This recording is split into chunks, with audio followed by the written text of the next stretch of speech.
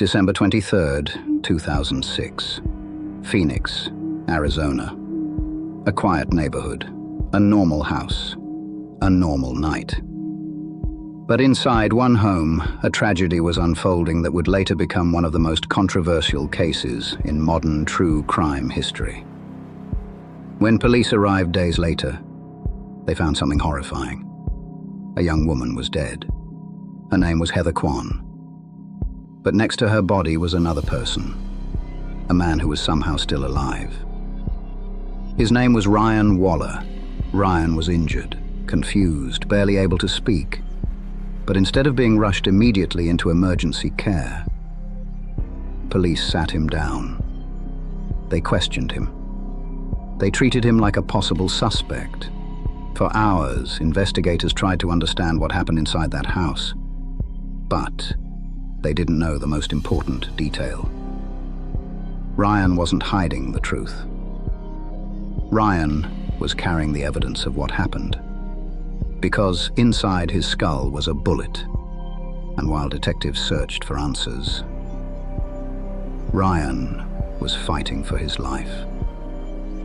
This is the story of Ryan Waller, a story about a brutal home invasion, a devastating loss, and a mistake that would haunt many people who watched the case unfold. Tragedy. Ryan Waller was just a young man trying to live his life. He was 18 years old and living in Arizona. To most people, Ryan wasn't someone who would ever become part of a national conversation. He was simply a teenager, someone with friends, someone with plans, someone who believed the future was still ahead of him. Ryan was in a relationship with Heather Kwan. Heather was 21 years old. Those who knew her described her as someone who cared deeply about people around her. She was young, energetic, and had her own dreams.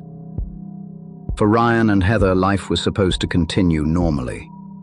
They had no idea that their names would later appear in news reports and true crime discussions around the world.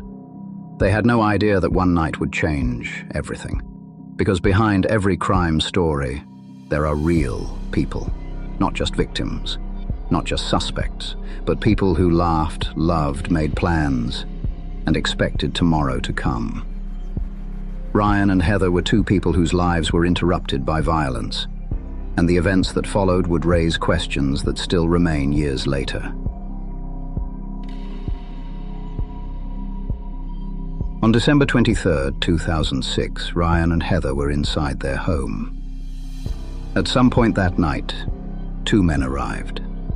They were identified as Larry Carver and his son, Richie Carver. According to investigators, the attack was connected to previous conflicts involving the people inside the home. What happened next was violent and terrifying. Gunshots were fired. Ryan was struck in the head. Heather was killed. The attackers believed they had eliminated every witness. They believed nobody could tell the story of what happened, but they were wrong. Ryan survived. Although severely injured, he was still alive. His body was damaged. His mind was struggling. But somehow, he remained conscious. For days, the situation remained unknown. Ryan and Heather did not show up as expected.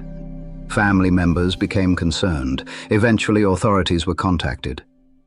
And when police entered the home, they discovered the aftermath of the attack. When officers arrived, they faced a confusing scene. Heather was dead. Ryan was alive. But Ryan's condition was unusual. He was awake. He could answer questions, but something was clearly wrong. His speech was slow. His behavior was strange. He seemed disconnected from reality. Today, many people watching the case believe the signs of severe injury were obvious. But at the time, investigators were trying to understand a chaotic crime scene. They needed answers. Who was responsible? What happened? Was Ryan telling the truth? Or was there something else going on? The investigation quickly focused on Ryan, and that decision would become the most controversial part of the entire case. Because Ryan wasn't acting like a typical witness. He wasn't giving clear answers. He wasn't behaving normally. But there was a reason. His brain was injured.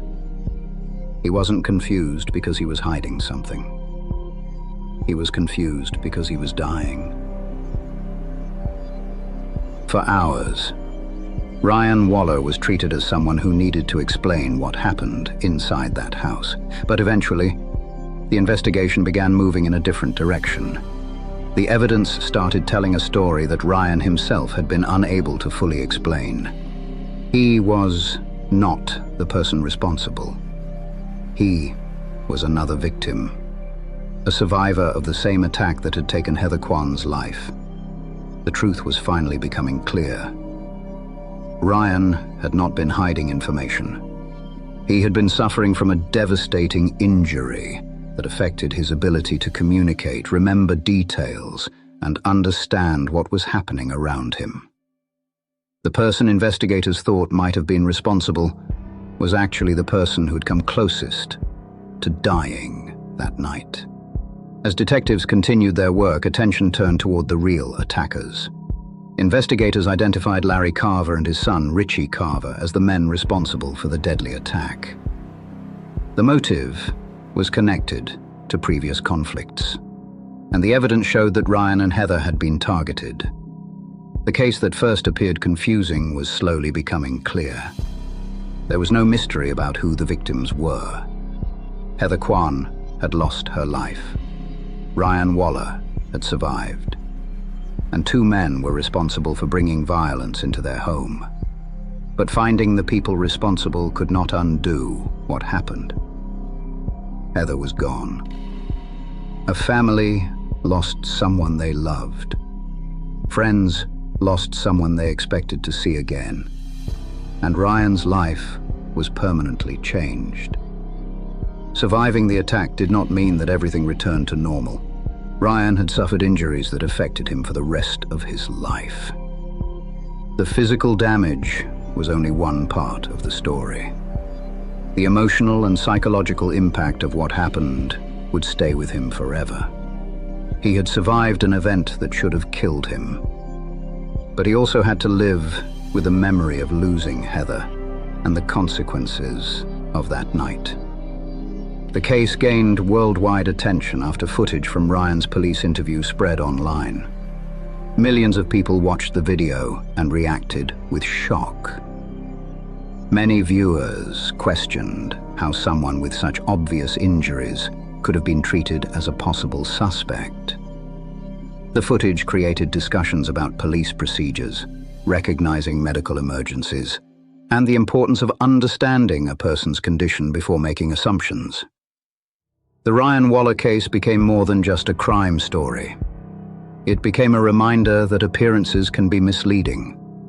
Someone who seems suspicious may actually be someone desperately in need of help. Someone who struggles to answer questions may not be hiding the truth. Sometimes they may simply be unable to explain it.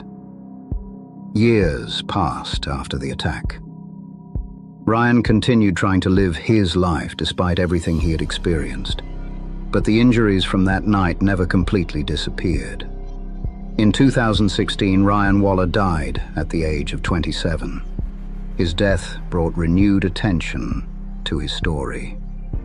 A story that began with violence, but became remembered because of survival, unanswered questions, and the search for justice.